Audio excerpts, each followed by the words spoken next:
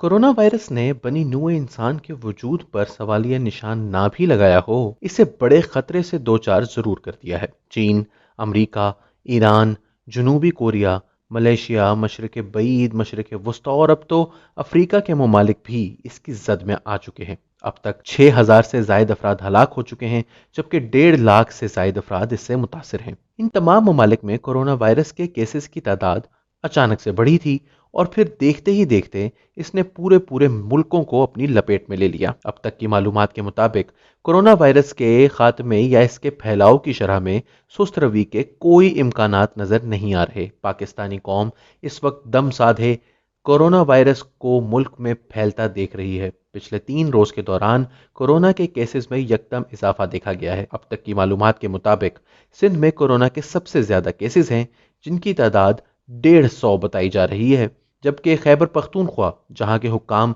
कल तक कोरोना की मौजूदगी मानने से ही इनकारी थे, आज वहां भी 15 मरीजों का इंकशाफ हुआ है।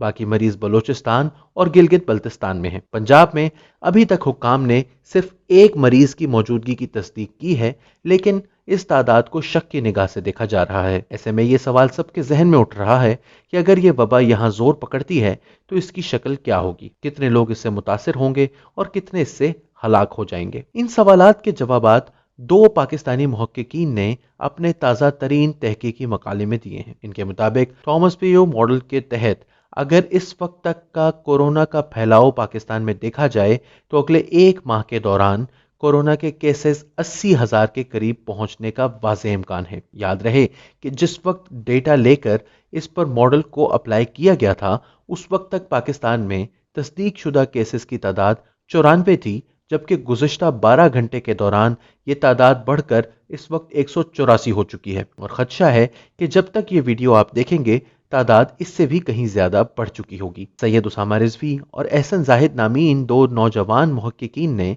पाकिस्तान में कोरोना से मुतालिक जो पेशगोई की है, उसके मुताबिक कोरोना के असल मरीजों की तादाद 700 से जायद है, जबकि रवां हफ्ते ये 2500 के करीब पहुंच जाएगी। एक महीने बाद ये तादाद 79,419 तक जा पहुंचेगी।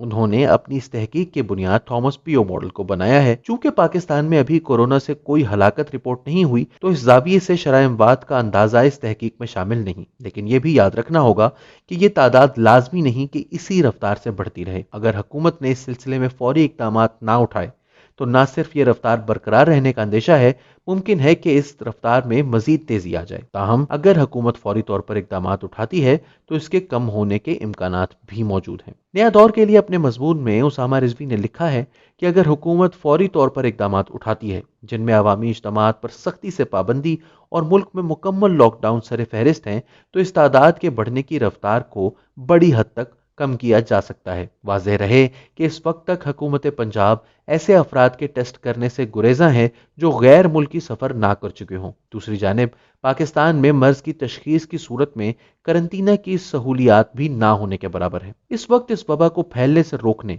और खुद को बचाने का तरीका यही है कि घरों में महसूर रहा जाए और जितना भी मुमकिन हो घर से बाहर निकलकर बाजार, मॉल, पार्क, स्कूल और दीगर ऐसी जगहों पर जाने से मुकम्मल गुरेज किया जाए जहां ज्यादा अफराद के जमा होने का खदशा हो। हाथों को बार बार धोना, घर में मौजूद हर चीज को धोकर साफ रखना और जितना मुमकिन हो अपनी आबो हवा को आलूदगी से पाक रखना कोरोना वायरस से बचाव का जरिया है। याद रहे कि इसकी दवाई ताहाल इजाद नहीं हो सकी है और फिलहाल एहतियात ही इससे बचाव की वाहिद तदबीर है।